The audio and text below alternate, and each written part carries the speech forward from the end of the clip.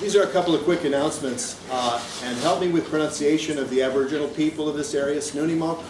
Snuneymuxw. So we want to acknowledge that we're on their ancestral ground, first of all and foremost. We'd also like to thank Vancouver Island University for this beautiful space, and I think they deserve a round to be involved in. Now, VIU Faculty of Arts and Humanities helped with some financial assistance for the festival, and we're grateful to them. Also thanks to the Nanaimo Tourism Development Fund, the Canada Council for the Arts, the League of Canadian Poets, the Writers Union of Canada, and Cascadia Now for their funding. There are many, many sponsors. They're in the program. The best thing to do is to go to their store or to their business and to shop there and to spend some money and to tell them thank you for supporting the Poetry Festival. And you know, we wouldn't have had all these sponsors without tremendous work by the local organizing committee, David Fraser and Marianne Moore and Kim Goldberg and Kim Clark and everybody else. So I'd like to publicly acknowledge them and to say that I am just stunned and amazed by the work that you've done. So I give you.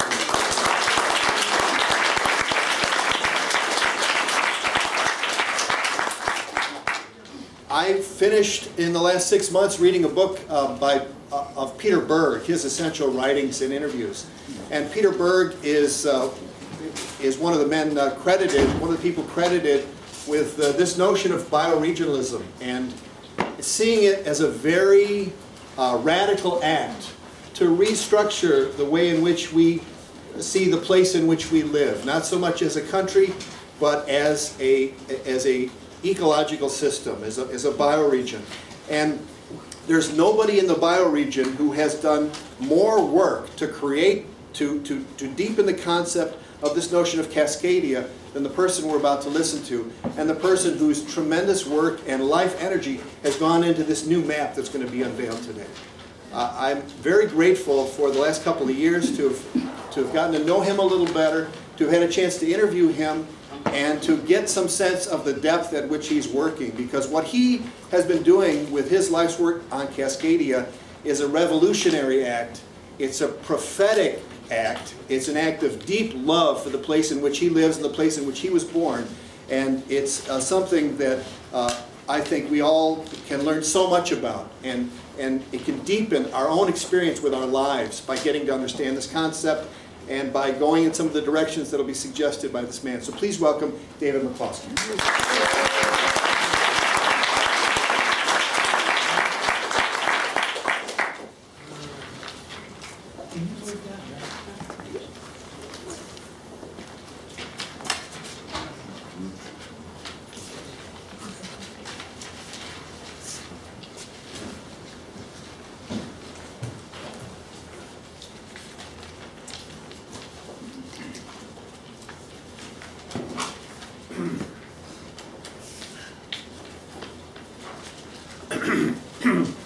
So this is the place from where we speak. This is the heart's place. Speaking about maps this morning, so we think we already know what a map is, a representation of a territory. But I'm more interested in what a map does. A good map opens a window onto a world. A special map opens up that world in a new way. A good map tells a story. A great map evokes a new story. So thank you very much, Paul, for that kind introduction. To Kim and David and everybody else from Nanaimo and to Vancouver Island University and the First Peoples here. Good morning and welcome home to Cascadia. Finally, the Cascadia map is finished. It's been 40 years of living here, 60-some years of growing up here, 30 years of exploration and driving, and 2 solid years, over 5,000 hours to produce this map. And I guarantee you'll see things you have never seen before. And that's kind of one of the reasons that motivated me is I wanted to see the place, the face of the place in its fullness, that we've never seen before. And where's Paul?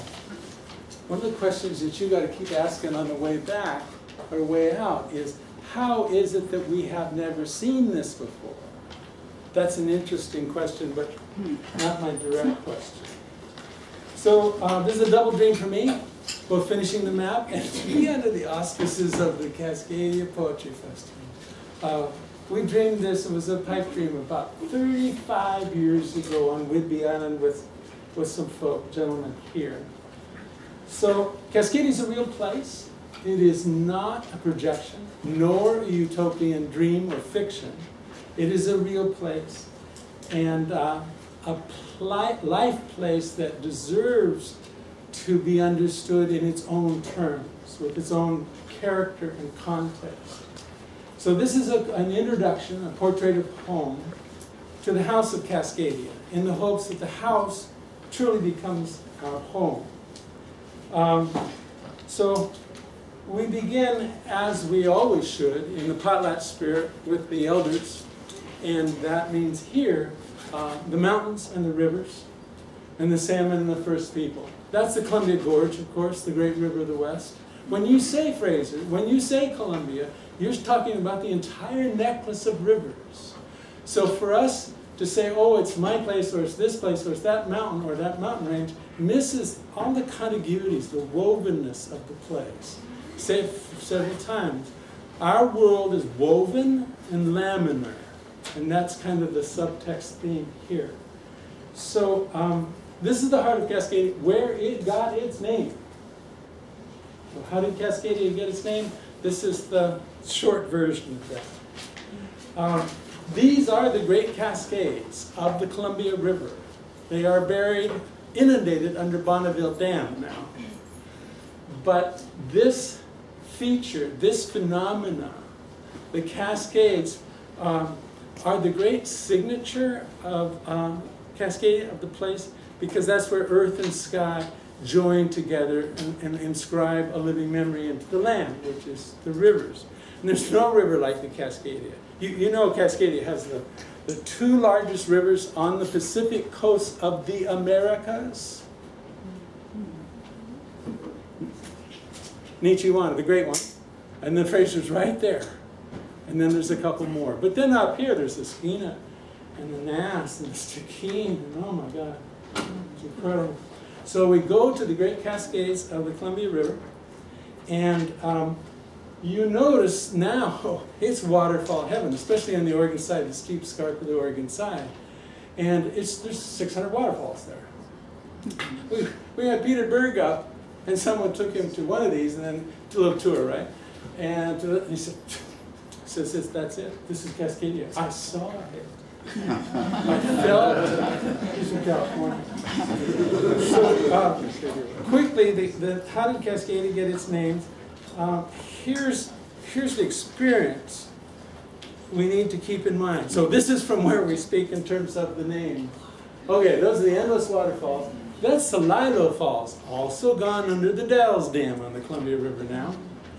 I'll just let you take that in for a second.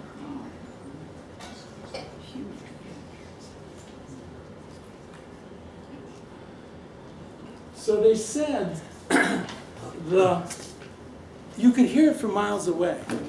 And when you began to approach, you heard this rumble, this thunder. You got closer and closer and closer, and it was just thunderous, and the earth was shaking. This was told to me by the head of the Northwest Fisheries, Tribal Fisheries Commission. He says it's a sacred place because you go there and you feel thump, thump, thump. Your heartbeat and the heartbeat of the world join there. And that's where the potlatch is enacted, because that's where the great river comes, gives it away. And then, that's a small one, right? So the June hogs on the Columbia River and the 150 pounds that the kids could ride their backs? Okay.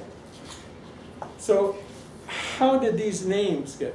Well, they began to look around them. If you go to where the great cascades of the Columbia River were, or the Dalles, the Salilo, on either side you're surrounded in the cleft in the forehead of the mountain gods. there's Hood, way east, and then on the other side is Adams Potter. And my God, you are literally in these White Salmon River and the Hood River like that. It's like you're standing in the forehead of the mountain gods. Well, it's natural then to name the mountain ranges adjacent, which are so spectacular, the Cascade Range.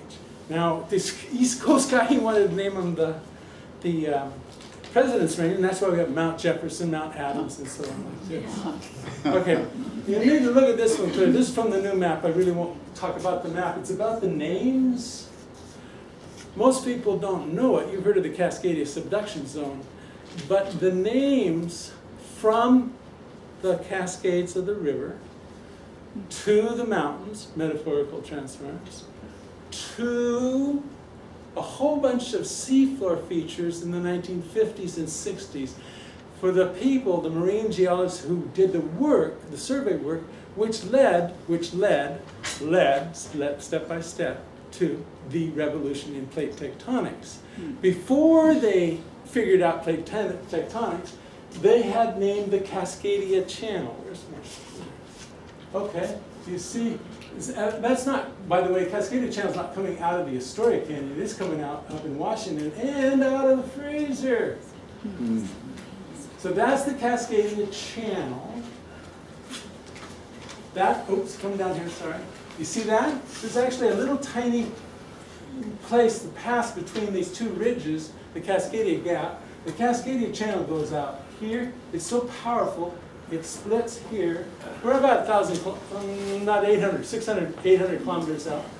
And now we're going out here, and the Cascadia Channel, invisible to you, but in the memory of the place when the great earthquakes come, the mega thrust earthquakes, they cause these turbidite flows, these slurries of, and they go, I don't know, you watch a little later, the channel system that comes off of the continental slope and into the abyssal plain. That's how far the dynamism of those rivers and the meltwater from the glaciers go. So, Cascadia Channel, Cascadia Basin, they named that a long time ago. And this is the Cascadia subduction zone. You all know about that. And that subduction zone will...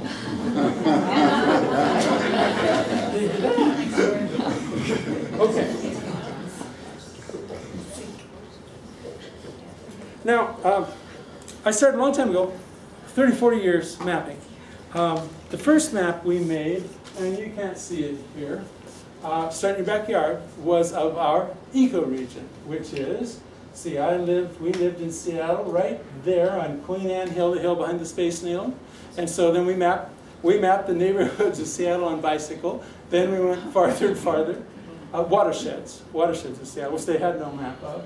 And then finally I said, well, what are the real boundaries? And that became the Ish River thing. And this, we named it after Robert Sun's book of poetry, Ish River. I live in the Ish River country between two mountain ranges where many rivers run down to an inland sea. So that is the version now, the Saley Sea.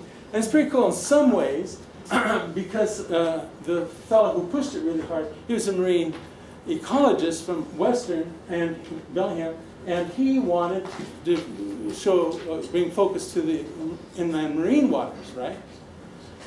Okay, so this now has separated, has replaced this, supplanted this. But look at the guy who drew this, how careless and vague these boundaries up here become. He's not really following watershed divides. That's Waddington up there, Monmouth and so on. That's lame. And by the way, both of us are wrong. That's where the Ish River or the Saley Sea ends, right there, and right past the Sook Basin right there. And so we're both wrong, or at least later explorations show. So the Saley Sea, which has replaced its early progenitor, the Ish River map, has done good work by drawing attention to marine ecology. But we lost the watersheds, we lost the land, we lost the marriage, the linkage between the waters and the mountains and the sea. Cannot do that. That is not bioregional. Stop. If you lose the weave, you're lost. And that's what that did. So that's the Ish River. And this is the map that started it all. This is the original map of Cascadia from which every other map is derivative. And I drew this, and it's old. It's hand-drawn. It actually says 1988 here, and this is a nice description. That was really hard to draw. I wanted to see what the place as a whole looked like. And I'll tell you, it was hell going across all those borders. Because BC says the states don't exist, and then Alaska and the states say BC doesn't exist, and then you say, we go up to the southeast and Alaska up there, and neither of them have the other guys on the map. It's just insanity. So I had never seen the place as a whole before. I'd never seen it in right proportion. This is your question. How is it that we do not know the face of our own home? How did that get edited out of our lives? Okay, where's my unveilers? Okay, you folks gonna come up here. We'll do this pretty quick. So that was the map that began it all. That was a nice logo. People wanted it. You know, as soon as they get these, though, they put states on.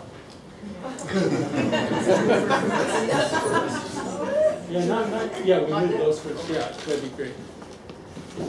So there's what we did pretty soon is get ascending scales in these houses that we inhabit and hopefully inhabit us. So that was our ecoregion in slow motion. Now here are the 75 ecoregions of Cascadia. Okay, 15 years of driving around, hiking, climbing, sailing the bay. Worked out the integrities of those 75 ecoregions, and nobody's done anything with it yet.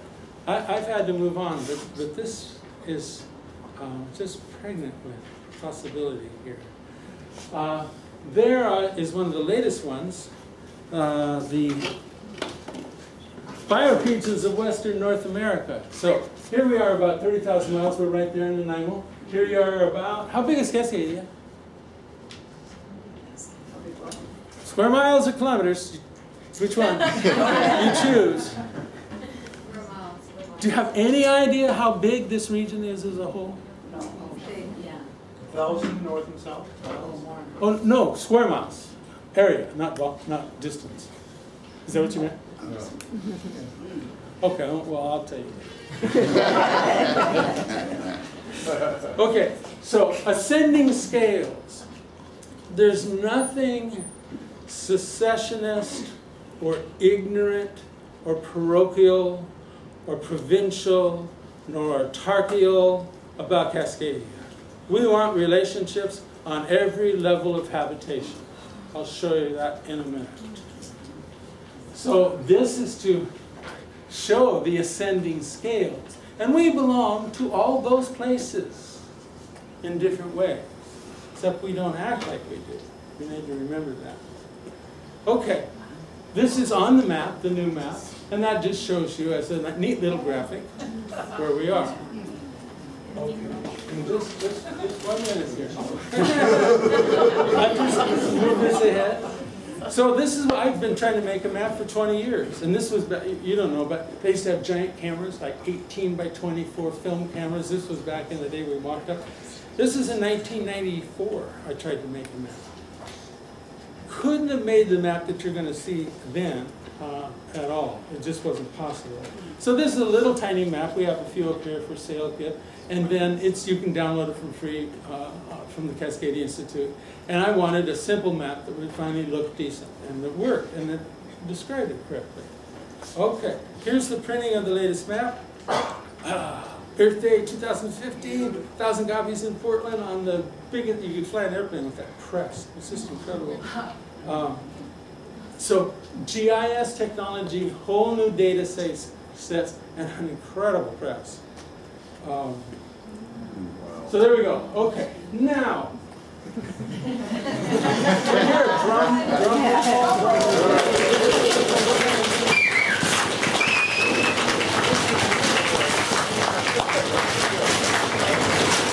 There we go.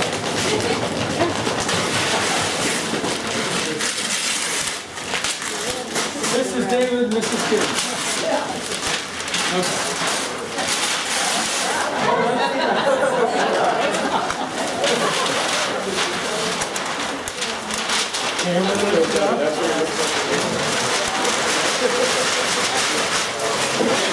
That's the drum roll.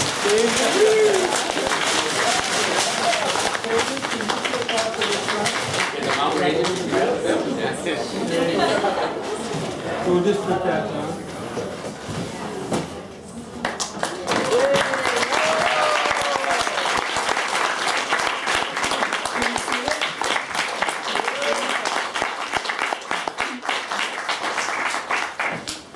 Finally,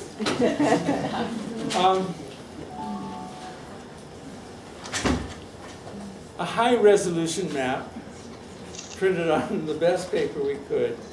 And then we have maps up here, smaller, so you can fit on your wall, for sale afterwards, right there. So, thank you.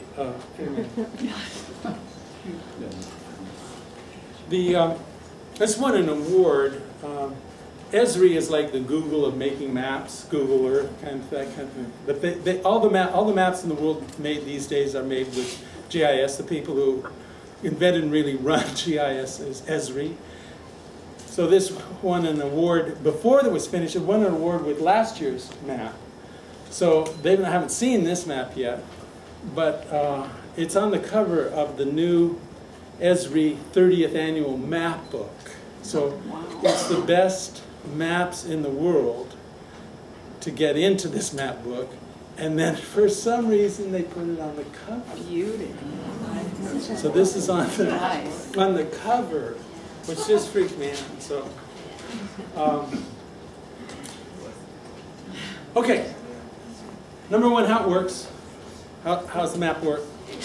And then two, the deeper story, the real one I'm going to have to hustle through, and you can march me through time when it lags. How it's composed. Because the thesis is there's a special kind of mapping going on here in depth, and the way the map is composed is the way the world works. Okay, where are we at? Does that see? Oh, I gotta go now. Go back to the lights, eh? Okay, we'll revisit this one last time. Beautiful. Okay, you might have a couple questions eventually here, but so we'll. Okay. How it works. First of all, when people see a map, they go, "Where's my home?" So we're gonna start here, right there. Everybody recognize that? This is from the new map. These are images from the new map. That's the name, okay? We're going to go quick. And I want you to tell me where to go next. If we wanted to do our natural addresses, our houses. So we could go to this integral link between these cities and Victoria. Okay, I'm going to start going a little faster, okay? Okay. Click. All right, we could go, oh, let's do the islands. Good feeling here. By the way, this is a much smaller map, and that's about 600 or 700 times amplification, so that it would hold its resolution at that scale. Okay, no, let's say we're going to do the Ashriver country, the Salish Sea over here, so the inland sea, the water world. That's what I call it. Every time I come up from Oregon, you know, landlocked valley, come up here, I'm in a water world. It's horizontal, it's open, it's flat, it's liquid, it's shiny. Okay, so maybe that's an integral place. Tell me where now. Where else to go? What's next? There's an amazing race coming up starting beginning of June. Sailing, rowing, but no motorboat. 24 hours a day between Port Townsend and Ketchikan, Alaska. Okay, now we could do that. We could follow the water world all the way up. What, Lillard or Lillard? Charles Lillard? Lillard. What Lillard called the Sitkan Sea at a poetry conference in Vancouver in the 70s, because it's the icon of it. So the one on the left is saying, hey, no, let's follow I-5. I'm here to tell you, Cascadia is not an I-5 conceit. Huh. Would you please, wherever you see it, is the view from my backyard in Portland, Seattle, even Victoria or something. It is not. Why? Because you began with the Columbia River, which means you're embedded, you're woven into an entire body of a larger region. So that's why I start with the river and what the river does before you go to the mountain ranges. And then you can say, well, what do the mountain ranges do? They cascade. Okay, so here let's say, no, I don't care about Canada. I'm going to stick with that border, and we'll just do the U.S. part of it, the States part of it. Easy enough to do, right? Well, I made the map and I'm lost. So unless we can find an integral natural address, we're going to be ungrounded. So that's what I say is the place of places, the bioregion. Now it's made of 75 ecoregions, and how many watersheds, I have no idea. If I had to count up from the Nanaimo River to the necklace of rivers here, wow, it's going to be a long conference, you know. So that's how it works, and here's what I suggest to get grounded. Let's stop talking about local and global. Local doesn't mean much to me unless you're talking about the locale. This is something we've worked in terms of for 35 years in terms of bioregional organizing and visioning. So you notice those are not separate units, they are relationships. The first relationship is literally your home and neighborhood. Okay? And everybody knows that. Neighborhood from where? I'll say if you didn't look at that, where would be your next natural address? Including humans. Humans inhabit this landscape, so we're not just doing nature. Okay? So you're going to learn that, right? There'll be an exam later. But look at how it ascends the scales. These houses within houses, these nested ecologies, home to neighborhood, neighborhood to community. Okay, I know the name of my neighborhood. I know the name of my community. Then what? To the county, to the state. Watershed. Watershed, Mackenzie, Willamette. Okay, the Mackenzie flows into the Willamette. Willamette is an ecoregion. It is a pretty good size. The Willamette Valley, pretty big deal. Then now everybody's lost. Ecoregion to bioregion. That is Ish River to Cascadia, Willamette to Cascadia. Okay, you can reach the rest. How is it the case that we do not have any of these intervening levels? We've forgotten, erased everything in between local and global, universal and particular, the individual and God. Come on. The bioregional is to restore all those integralities, all those contiguities that create the body of the land and of our home. So, you could say this is spatial extension and a series of ascending houses. But you know what? That's not enough. That isn't enough, and that's not the way the map made. So one of the first things, you saw this color over here on the slide before. Next people say besides where are we at is the colors. Well, these are the pretty, this is traditional cartography in terms of what they say. Color is reserved for elevational tints. And we have these hideous images like that. Only slightly less grotesque is the cadaverous. Look at the oranges, they just make me, oh my God. People don't understand how to read traditional elevational tint maps. They think it means climate. Okay, and then they confuse people. Well, if the green is low, why is the green green? The valley green. So this was the height of things. So I refused to do that. The first thing I had said out about color is for veg. Okay, so here, you might not have noticed, but back there when we looked at Nanaimo, down closer, we're staying in cedar, man, the thickets of cedar, they're incredible. OLP is what BC maps call it. And so OLP, if you look down at this rain shadow, so we're locating it in the vegetation. Now, rain shadow, dry Douglas fir, oaks, and pines. Like the Saanich Formation, the beloved Saanich Formation in Victoria. the oak savanna in the Puget Sound down to Tacoma Outwash Plains in Willamette Valley. And as we go south, you didn't know there was a rain shadow on the west slope, did you? If you're in Sequim, you know that. Or if you're in Nanaimo, you know that. But I don't know why the guys who draw forest typologies and so on, they didn't believe that. So up here, BC, Coastal Island, Salish Sea, and Western Washington. Douglas fir. You see the abbreviations? I will tell you later. That's Douglas fir, lodgepole pine, Glen fir, Western red cedar, yew, Rocky Mountain juniper, maritima, Western hemlock, and Sitka spruce. The real ones, though, are the conifers, Oregon white oak. Rob, oops, go back. Anyway, there were a lot of trees there. Here's what the colors on the map that you're eventually going to see. Quick schematic, okay? Traditional, but Sitka spruce to the coast, lowland with the mixed conifer and western big leaf maple, etc. No western hemlock, not in the Willamette valleys. No western hemlock, not in the valley.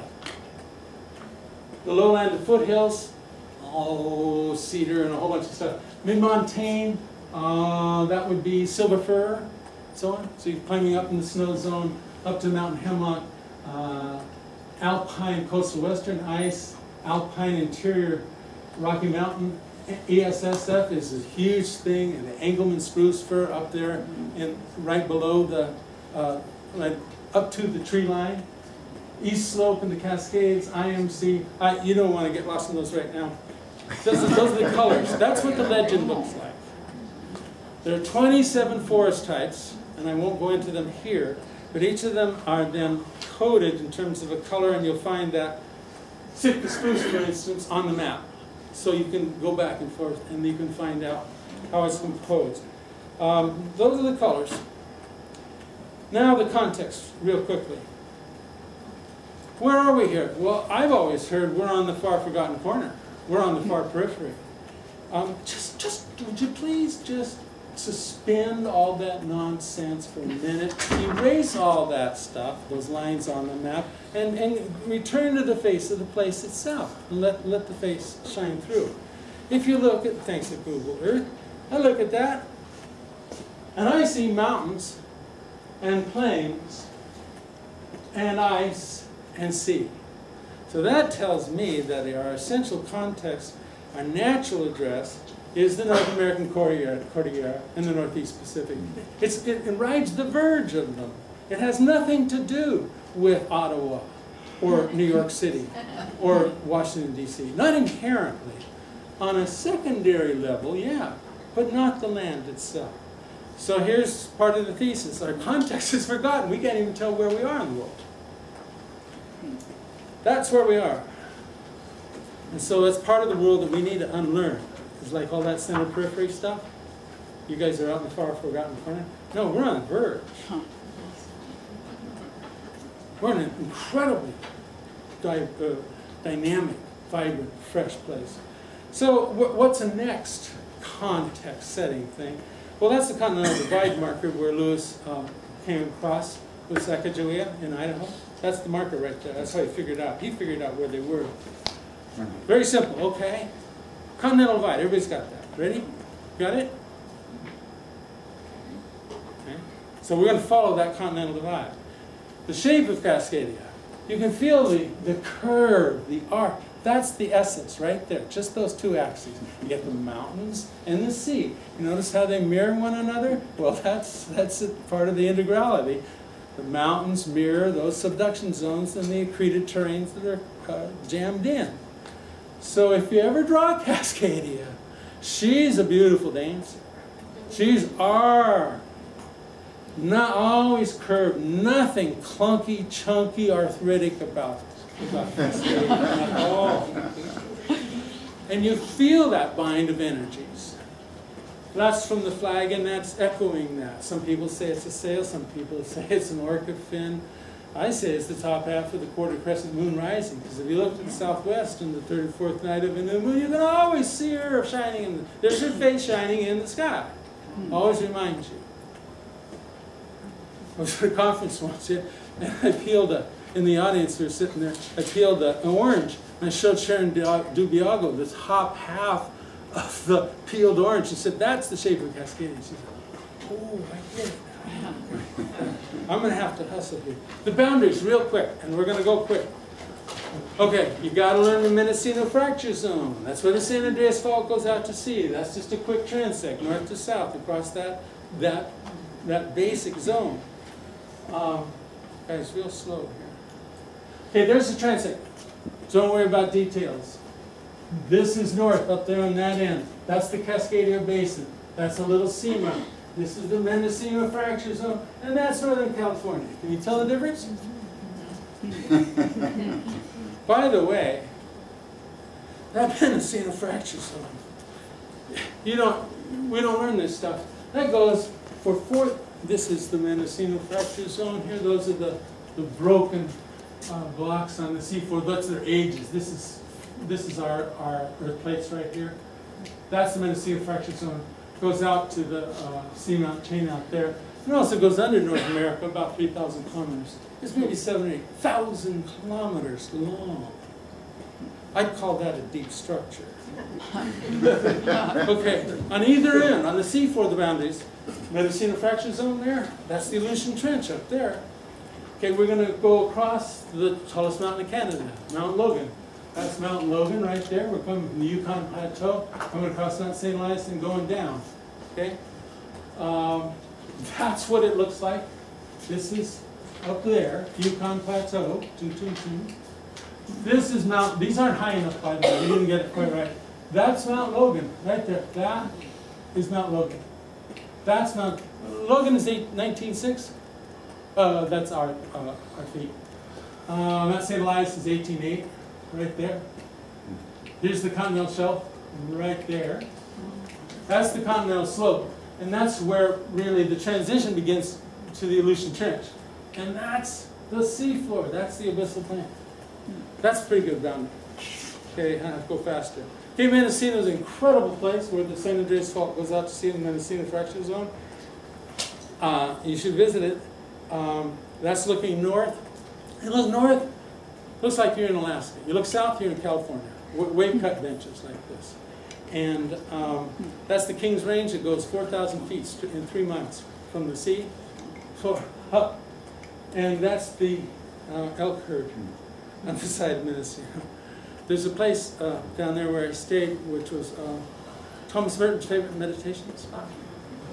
And all night the Buddhist monks were singing, chanting. Mount Shasta is an incredible place. You go through on I-5, you go through the Shasta Gate, you get into California. That's Yellowstone. Transect from Snake River Plain. There's the Snake River Plain. That's the Tetons. That's the Gros Ventre right there. And that's the High Plains. Look, when you go through the Shasta Gate into California, you know you're in a world, different world, right? You go out in the High Plains out there, you know you're in a different world. We took our kids out there one time, we wanted to go camping, and he wouldn't let me go. In about 3 hours, he demanded, there are no trees. There are no trees. There's no place to be. There's no shelter. So we had to turn around. This is the Columbia Ice Field. This is the Continental Divide here. That's the transect. So here's the Caribou Plateau, Caribou Mountains, Snow Dome. These are the Columbia Ice Fields here. Snow Dome is the Triple Divide of North America. I got to get going faster here. Where'd you go, Snow Dome? That's Mount Columbia. Snow Dome's right there. And then you're on the Canadian Prairie, which is also the High Plains.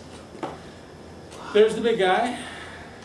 That is Elias in the back, and this is the ridge that comes somewhere. I think Elias is to the right. Okay, I'm going to show you pretty pictures here for a little while. That's the boundary of Cascadia, the northern boundary, which comes right across there. See that? That's the boundary. That boundary right there. 1995, I was, wow. Look at these, 18.8, 15.7, 13, 15. Okay, it comes down here, goes out Cape Yakutaga. I'll show you a picture in a little while. Why do we go out there? Why does Cascadia end there? because that's where the bones, the deep earth, shifts.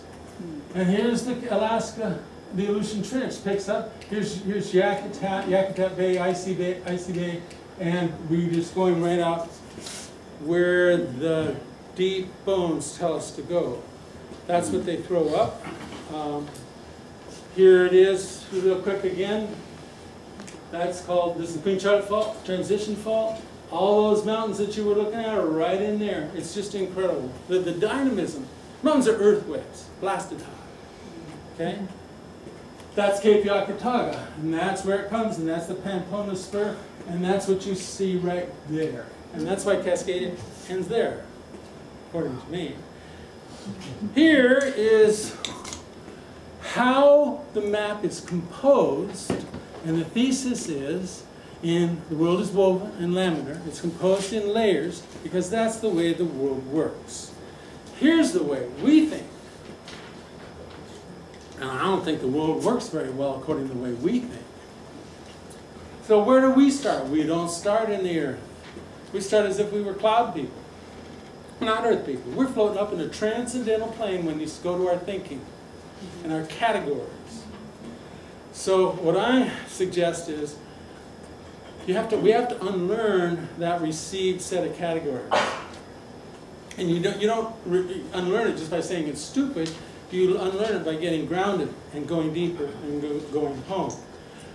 One of the problems with the traditional point of view is that it decontextualizes everything about our homes. So where do they start? We come from these abstract categories, we go to a flat plane. That flat plane then is conceived of in these quick drawings on the way out of town in terms of a grid. Translated into politics.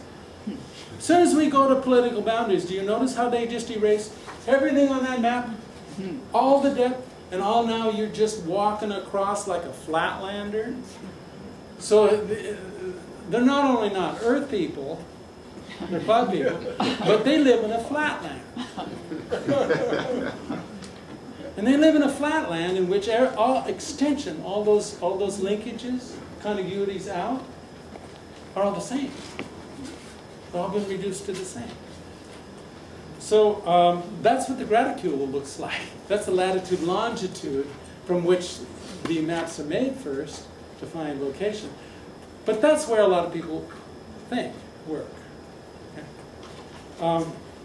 So here it is, real quick. I'll do the quick version in 30 seconds and then we'll show you the bit longer.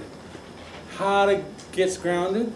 You start with the landscape that we inhabit, on all those, home, community, watershed, etc. So there's the envelope, the terrain, the landscape that we inhabit.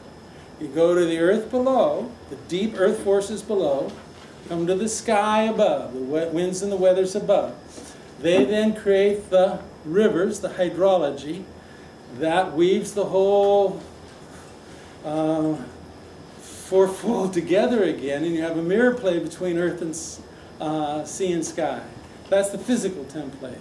You come over here, the world that they weave is that of flora and fauna, the ecological, and then the third template is the human. If you follow that order, you won't get lost.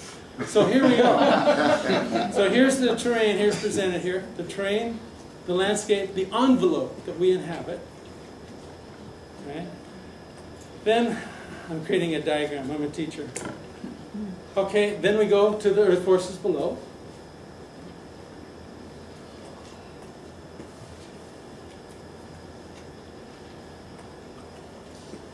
To the sky above, Aleutian below, spinning out all these systems.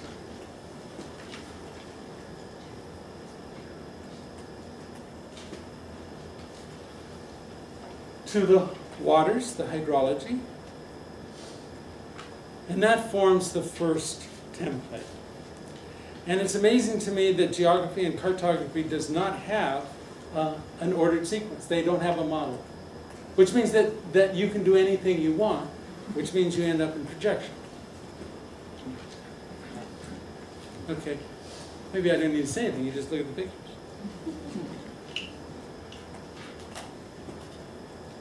floor.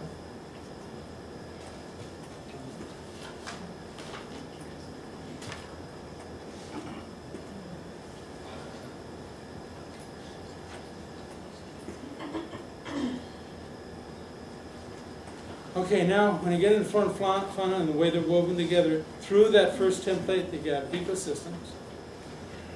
And bioregion means we have placed ecosystems which are bounded in the region. And then this is the invitation. Let's call that the field. We don't have a name for it. We don't have a lot of these vocabularies. So what's the invitation? Like in making the map, or in entering in artistically, poetically into the presencing of that field. Dive deep into that field.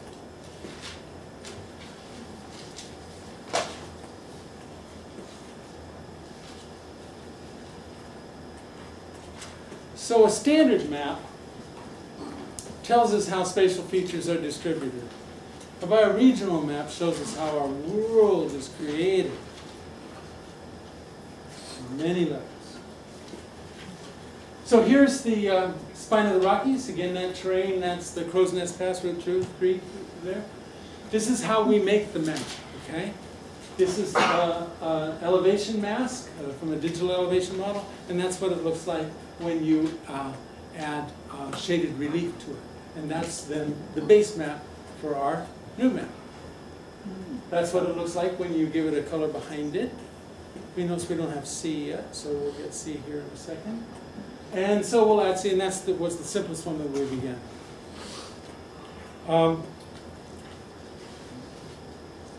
I was told, forget about the C. Don't show the sea. It's nothing but wind over waves.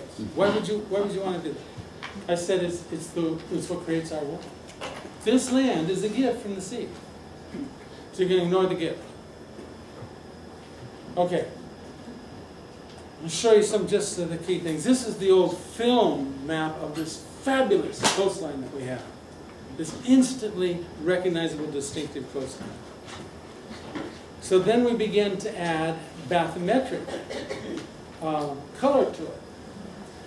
This took us months to figure out what depths and the contours were there that we wanted to call out. So then we had to create that color map, those colors down the side. That's the first map that shows the two of them together with the seafloor. This is what some of that seafloor looks like when you begin to pay attention. Look at these valleys off of the and the slope there.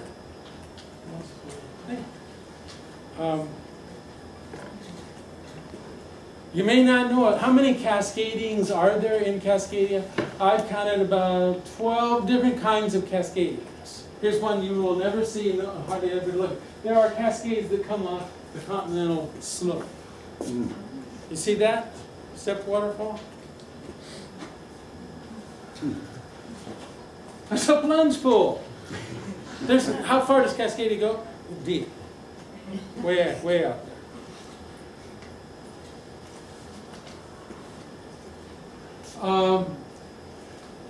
The channels, and look at these canyons, these fabulous canyons that join the slope and the rivers to the seafloor and are crucial in upwelling, for instance, in the marine food chain. Okay, do this real quickly. You all heard of the Juan de Fuca Ridge, right? Great, okay.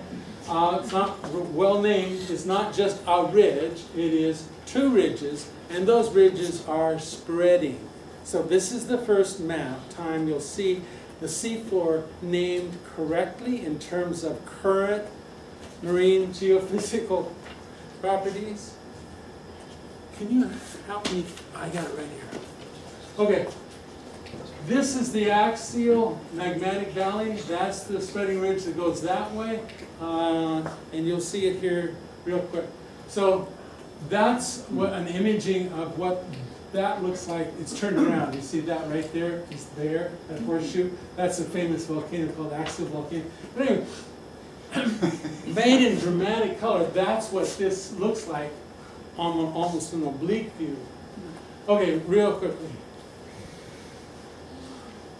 This is the Oregon coast. That's the Cascadia Basin. That right there is the axis of that magmatic valley. You can see it over there. Don't worry about the numbers. And this is how it works. Okay?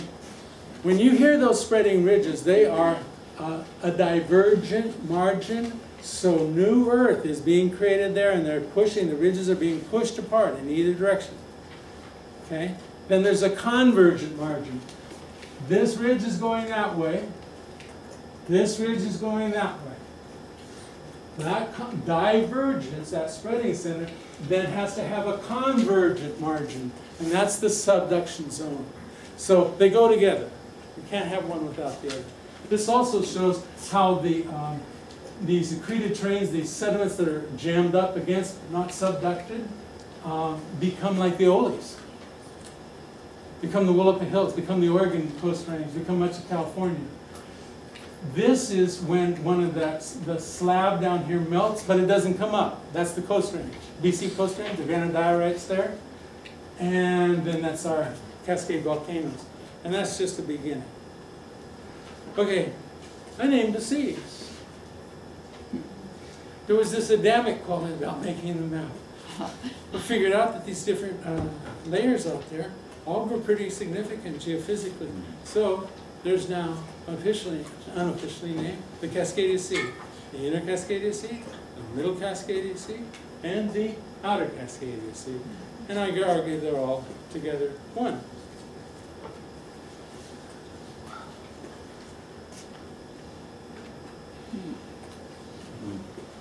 Okay. Oh, I'm not going to make it. This is geology. We'll skip over geology. The only thing that's to know about geology, that's North America, and we're not part of North America geologically. We're part of these accreted terrains out here, these subducted and accreted terrains. You see how, don't worry about geology, just look at the colors. Okay. That's the old Craton, North America. That's the Hudson Bay Shield. This is the Great Plains, which were sea sedimentary, we're now covered with sediments from this. This is the Cordillera, and we are just layered, layered, layered, layered, layered, layered, layered. So when you think about us, it's a laminated world. We inhabit a laminated world. Oh, Marcia.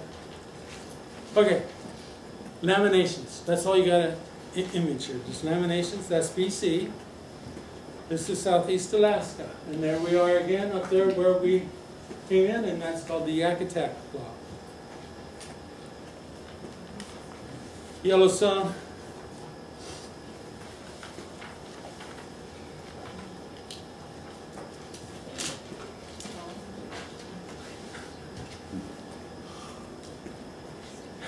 Yellowstone is just one of many unbelievable processes. This is the Snake River Plain, and those are the successive explosions of the Yellowstone hotspot supervolcano.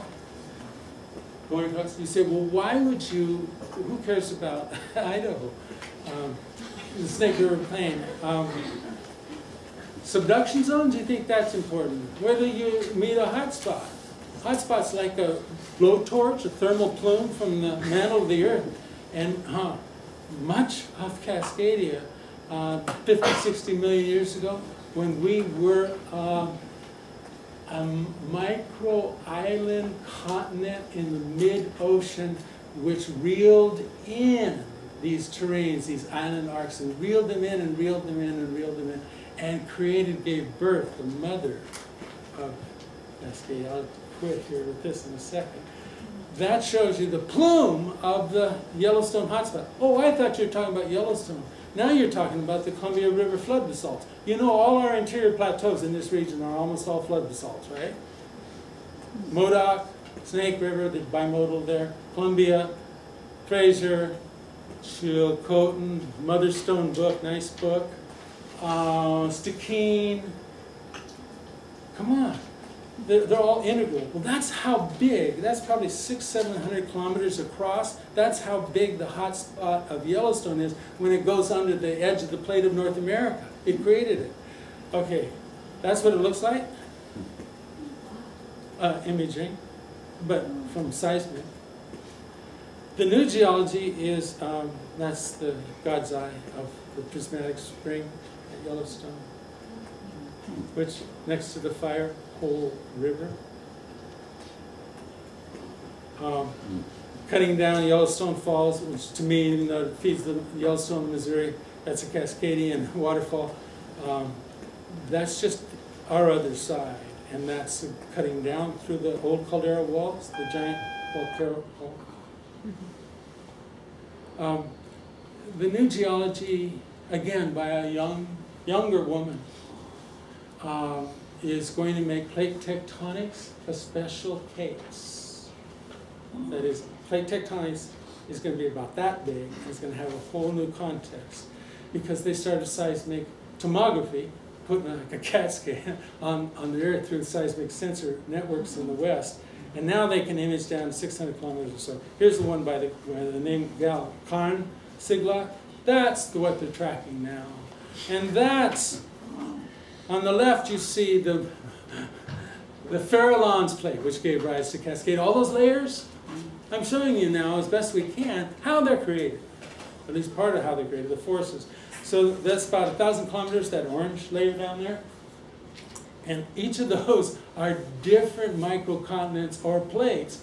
By the way, they are still subducting under North America, these deformed slabs that were assembled by the semi-permanent Cascadia root.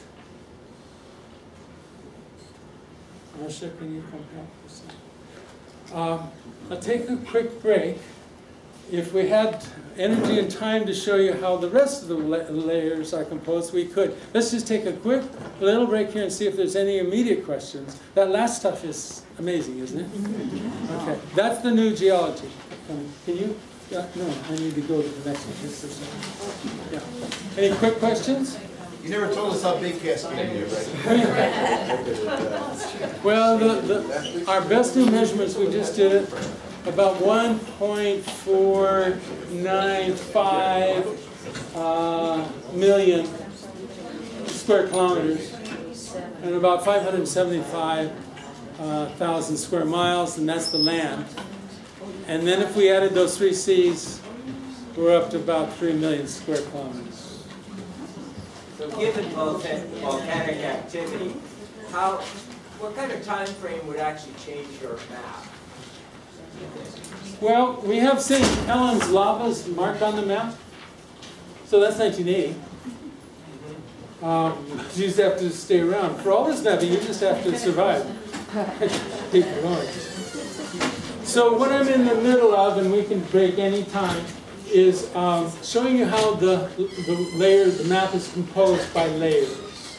Stuart Allen, the Dean of Northwest Cartography, along with Lou Skoda up here, said, people think you make a map. You don't make a map, you build a map like you build a house, layer by layer. And so then the world is also composed in that form. You want, I can show more. I want to open it up for questions. Yeah, let's open up for questions. So I would love to get a dialogue going.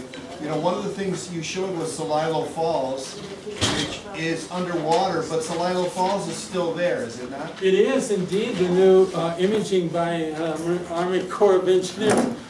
It's a little hard to read, but it shows a living falls.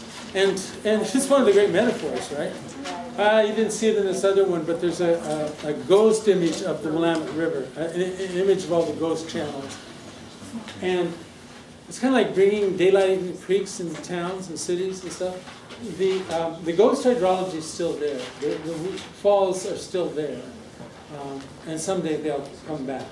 There's another dynamic. You've been sending me copies of weather maps, essentially. Yeah, it's some in here. So why don't you talk a little bit about, again, reiterate what the importance is of those and how it creates what Cascadia is. Well, that's the second part right here. Yeah. we could do. But essentially, it's the sky above, right? And so you learn how to read weather maps. They do fabulous stuff. All the texts speak in tech, right? So you got to learn another language. So what? So you go learn another language. You learn ecology. You learn tech. You learn meteorology. Not that hard. But they're just fabulous new maps. And once you begin to realize, hardly any of these scientists know how to tell their story. I mean, the cosmologists had to be at dawn. Come on, write 3 minutes to the universe. Tell us this new story.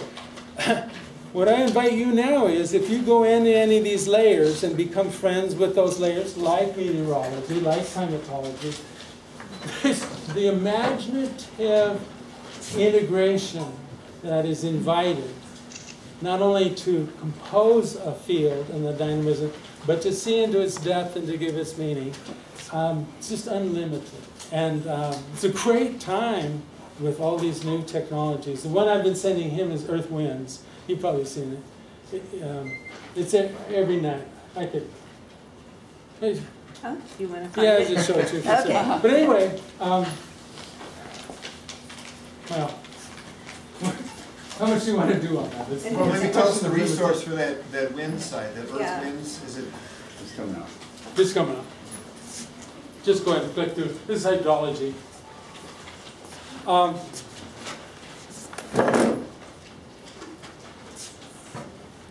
Fabulous new site called Earth Winds, which every night shows the weathers, the winds and the weather around the globe, and you can control it and dial it. It's just all kinds of fun.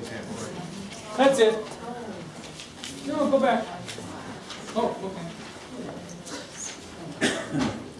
So I send him the blue dragon, and I send him the golden dragon, then I send him the silver dragon. He likes the silver dragon as much as he likes the gold dragon. Okay, you know where we are up there, right? They give us our outline. Chunk. This is 500 or 250 millibars up. So just learn it. It's just layers of the atmosphere. Again, a laminated world. It's about 10, someone's going to check it. It's about 10 kilometers, I think, up. Maybe a little higher. And that is the God that makes this place, the face of the place. You want one force from the sky, then learn the jet stream.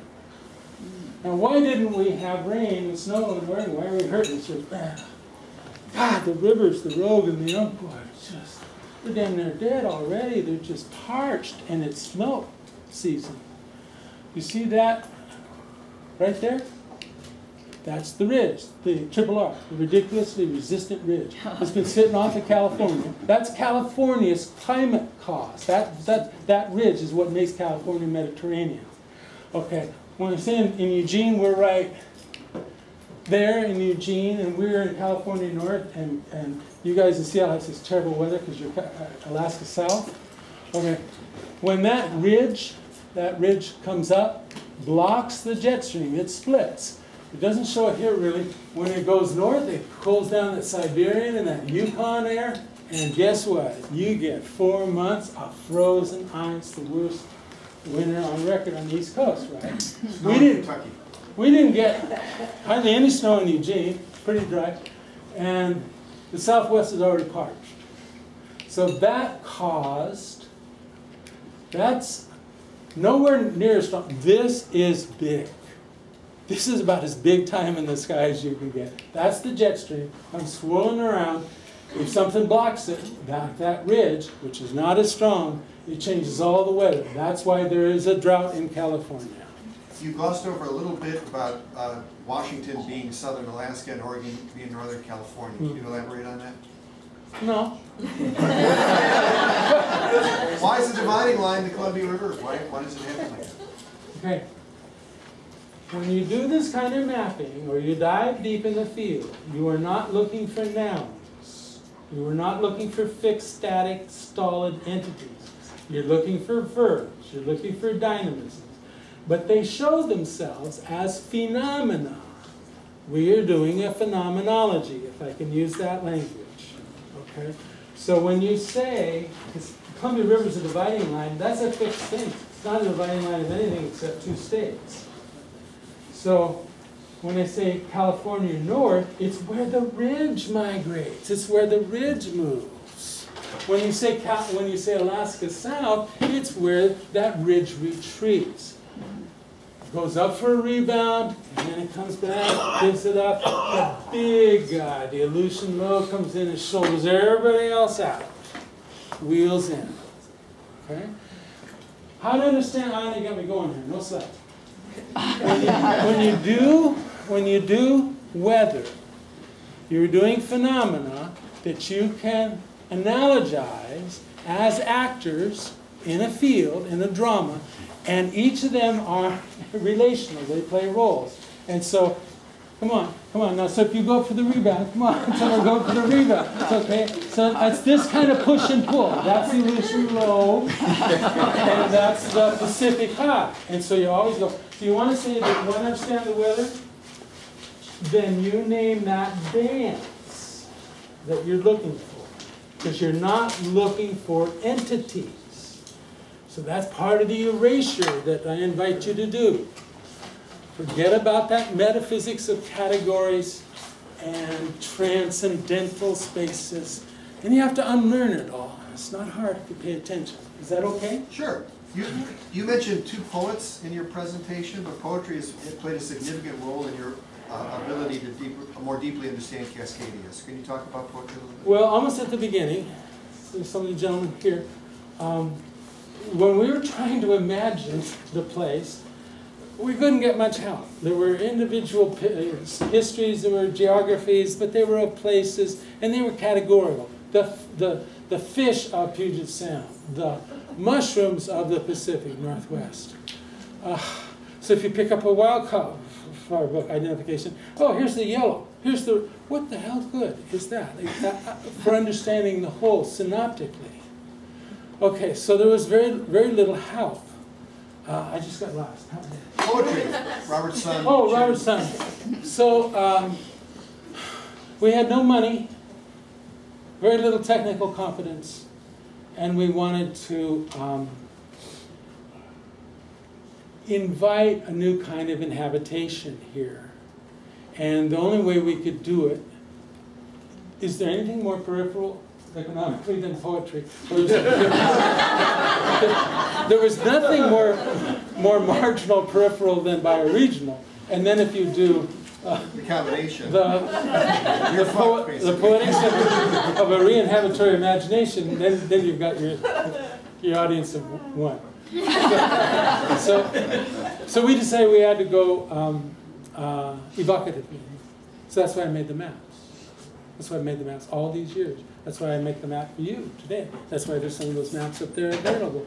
Because if they see something beautiful that sings to them that's both new and true, that you don't have to, with that map, you don't have to believe anything. You don't have any prior commitments. It's not ideological.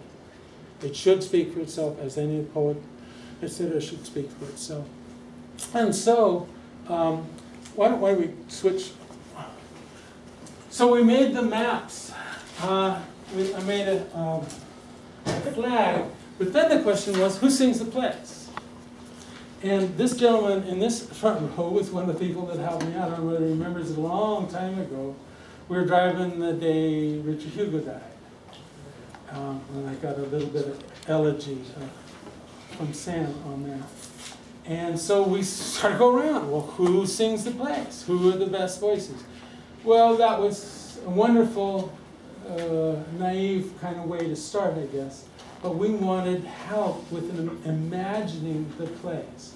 And that's what I asked for help today from you. It doesn't have to be geography per se, and Kim's got a panel, I think, tomorrow morning where Harold and Ringhurst is here somewhere on that panel. And I thought it was geography, and I thought it was place, but it's something much deeper that model, that depth model of diving deep, that's where I think the evocation is about. So the poets were great help, and wonderful in themselves, going around to meet them. And so I stopped in about 2000. We created a Cascadia anthology of our own early on.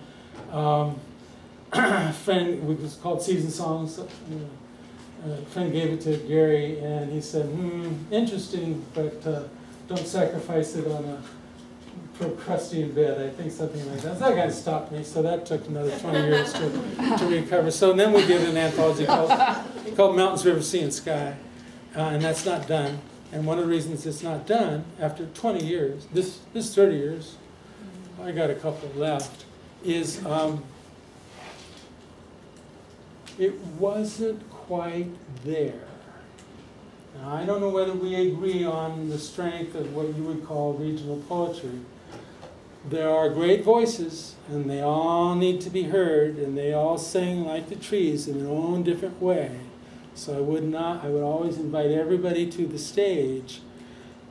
But that turn or that diving deep hadn't happened yet on a wide enough level over a couple generations so that we had a critical mass to call what I would say, here is a Cascadian anthology, and here is a new poetics. But it's close, and that's why we're here. And so I'm looking for great work from you on that. We don't want to watch anymore, do we? No. Okay, let's turn that out. No more questions. Does that kind of answer the poetry? So Robertson, we can have arguments about Robertson. I liked him. He was a difficult person. But he sang the plays. And so when we found Ish River, and he sang the rivers, and I said, oh yeah, that's the mist rising from the hillside, like breath, like mist rising from the hillside, all the Ish rivers. We just drove up Chuckanut past the Samish, and I said to Robert one time, I said, well, you know, Samish isn't much of a river, not next to the Cascadia and so on. He said, never pretended to be. So there were a whole bunch of people who were very helpful, and the Habitations is one of those mature works here to grace the shores. But I'd say we don't have a cartography, we don't have a geography that went up there. There's not even anything close to a climatology of Cascadia. Not even close. We're talking about global policy change. We don't even understand in a shared way so we can tell the story of what makes our weather and our life here. Well, how is that? You're not asking the right questions. How is it we've never had any of this before? Okay, next question. I don't want to introduce it, I didn't know, but I'm just wondering what the impact of global warming is on Cascadia. I know that opens a whole other topic. Oh, it's not a negative note, it's reality. We do reality, okay? So, okay, imagine, not glaciers, but ice fields. Okay, there's a slide up there that shows the 79 ice fields of Cascadia. Do you know how many had names? Less than half. And most of them were right here, you know, Pemberton, Lillooet, Waddington, White Mantle, etc., and then the Columbia and so on like that. And how is it the case? How is it the case that we could have ignored those ice fields all these years? Well, I'll tell you, the latest surveys are maybe 20–25% are rapidly melting. So I figured not only do they create the landscape, not only do they feed the rivers and keep the waters cold, not only do they crucial for our upwelling, the life in the sea, keep it cool and so on, not only are they central to the life of the place, the history of the place, they're going. It's worse than you think. Okay, it's worse than you've been told. Because so much of the world has been edited out. And this is the question you're supposed to be asked. How is it the case that we don't know these things? We can't tell the story. Well, what are the 79 ice fields of Cascadia? Okay, they walked up the valley and they looked at the glacier and they said, okay, there's a glacier, and they named the glacier. They said, well, who's the mother? That's the child. Who fed the glacier? The glaciers are outlets from these giant ice fields. By the way, we have none. The states have none. Not any in Glacier National Park. I have a site up there showing you the North Cascades. You say, oh, North Cascades, 500 ice glaciers. Not a single ice field. And you're going to lose yours in here. You're here, folks, in the Coast Range real quick. And then things are going to be different. Okay, this is my long-standing discussion with very, very knowledgeable, intensely committed people on climate change and so on. How is it the case that in your policy changes, all these arguments and organizing, you never tell me the story of this place? I can tell you why they can't do that, but it's the same thing. Like a bioregional poetics, or give me a bioregional climatology. We don't have it. I'm sorry. And therefore, again, that world in between, the world that we inhabit, we got the local, we got the global. We have lost the country in between. I can help people. I can't do it, but I can help people take steps, like the Earth Winds is one of them, to begin to generate a climatology of the region, a grounded one. And then the guys out in the High Plains do another one, then the California's on the way. Essentially, it's that when we got global circulation models, that's how they image, imagine giant computers in the world. They do weapon systems, bombs, and they do weather forecasting. Okay? That's what they're for. They do global circulation models. But you got to understand, it took me a while, the global circulation model is an envelope model. So if you raise the temperature by the gases, you raise the temperature, you raise it for the entire envelope. So I hear people saying, oh, we don't have snow this year because of global warming. There's been editorial in our local newspaper. The water in the Western Pacific was colder than normal. The water in the Eastern Pacific, it affects us, is much warmer than normal. That's related to the ridge. The ridge, if it's both colder than normal and warmer than normal, then it's not a uniform signal. If you come out to the land, the East Coast was dry and warm. The West Coast was buried white. That is not, as far as I can tell, a signal of global warming. And why is it not? Because it's not a uniform signal. Do you understand?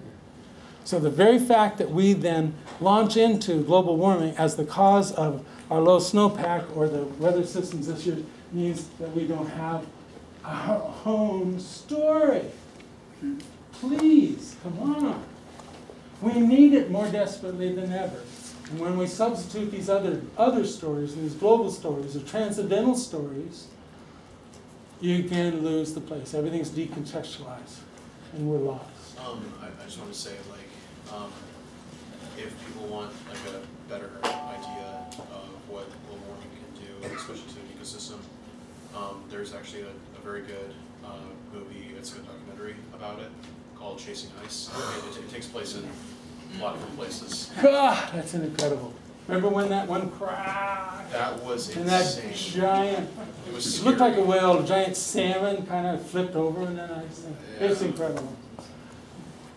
Okay, the story, okay, why do all this stuff? I had a little argument. The purpose of the gathering is not a cultural construction of Cascadia. It is a shared evocation of a new ecological grounding here. And the culture that we would look for would be that shared story that we tell ourselves about ourselves, beyond ourselves. That's what we're looking for. And we do not have it yet.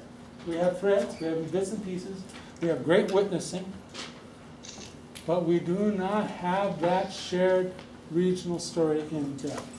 And that's what I'm trying to invite. Is there others? Yeah. There's a boulder by the side of the highway up in Coconut Drive, which I once sat on and looked at the boulder, and it was made entirely out of fossilized leaves, millions of years old. And up in Comox, we dug a 30-foot lizard out of the riverbank. And I wonder if you've given any thoughts of the paleontology of the land.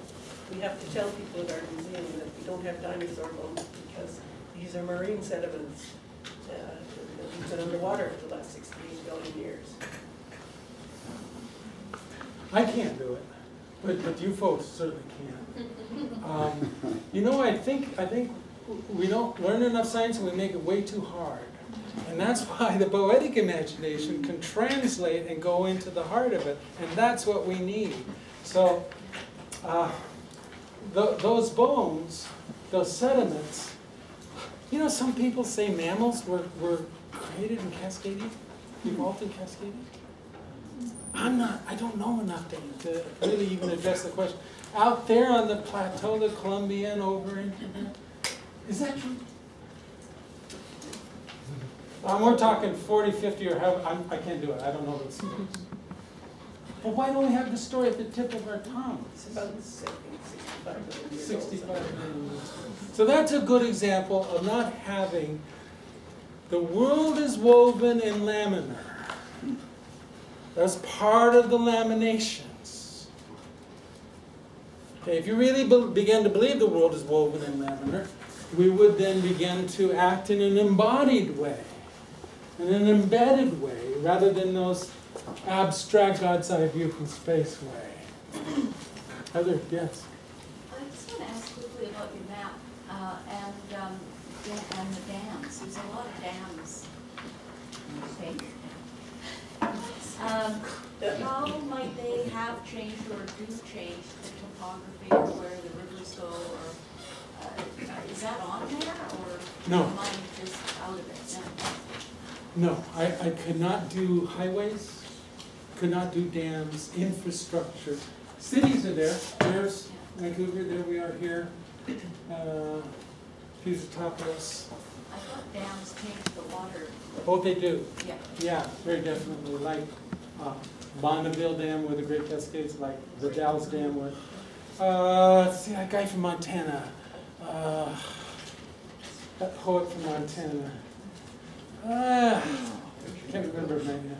Anyway, he wrote a nice poem on the Clark Fork and damming the river, 157 dams on the Columbia. But Beaver knew the way. Beaver was the water master, and Beaver knew how water worked and flowed. And where's that poem on the water master, on Beaver? Why is that? Is someone going to write that? You know, there's no, anyway. There are some documentaries where the dams are being smashed up and the rivers are trying to reclaim the rivers. Are they going back to the way they were before, or they just become a different entity? Well, the big debate, evidence is in. So let's tell that story. The Jacks are. Stand up, the Elwha Jacks. Oh, yeah, the Elwha River. Well, I was about to say that, sure. Well, the Elwha River restoration and creating a whole spit out from that, and it's coming back a lot faster than they expected it to. Recovery, talk about resilience, we talk about recovery. The Elwha is incredible. The Jacks are back. The Elwha Kings are back. Elwha Kings. Elwha Kings are back, yeah. So they expected it could be a real long, and there's a bunch in Oregon, there's quite a few now dams that have been removed. And the healing has been just like that. I think we have So, time for one so more. the permanent damage, that's an interesting thing. If you bring the ghost hydrology back, the old spirits that are still there, yeah, raise them from the, will they speak again? Yes. Is there another? I think we got one more last question, Sean. One more last question. So then you would see a role for some bioregional context within the humanities and the arts. That's part of what I'm hearing today, because I would say part of the problem seems to be this abstraction that we get. Yeah. So much of liberal arts instruction in the last few decades has focused so much on these very abstract aesthetics like postmodernism and sort of an intensely personalized. Yeah. So, I'm not ignoring you, I'm getting set up. Yeah. So in other words, you would see a context within creative writing for what you're saying today is bioregionalism. Well, that would be up to you to create that context. I think it's pretty simple. You can read postmodern, you can read Heidegger, you can read feminist literature, you can do a whole bunch of those things if they help bring us back to the embodied embeddedness in the life world, in place. Okay. Poetry's quicker.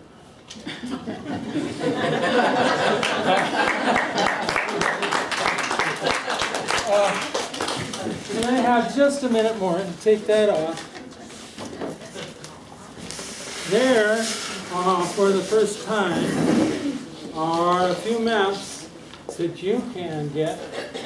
But I want to bring you, and you, and you, and you. First to these two gentlemen, members of the Cascadia Institute, my compadres, muchas gracias, for 40 years almost of a conversation that created this, that led to this, what you're doing, that led to that.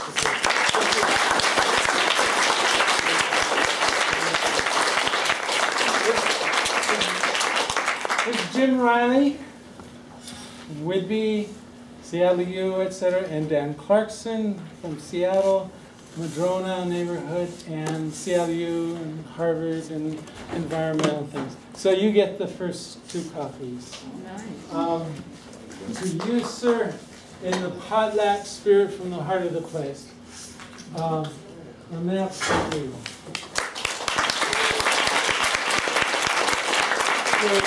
I don't know. Hey, David, come here. Oh, this is to the local folks. Kim Goldberg, everybody knows, right? Come here, David.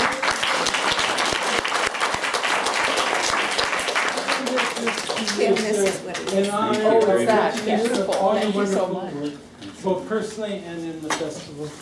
And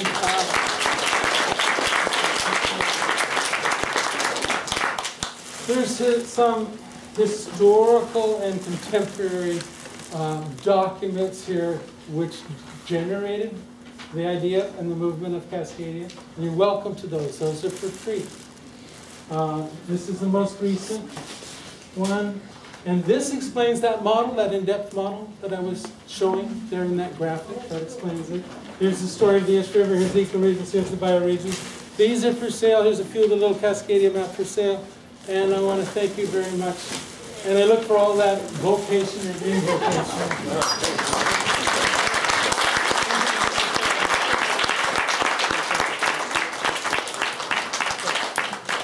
Quick announcements, the panel on the anthology, Make It True Poetry from Cascadia at 1 o'clock. The living room, bring your poems to read your original work. That's at the museum at 3. The anthology launches tonight at 7:30. And the Marmot spoken word bout tonight at 10 o'clock. So we look forward to seeing you at those events.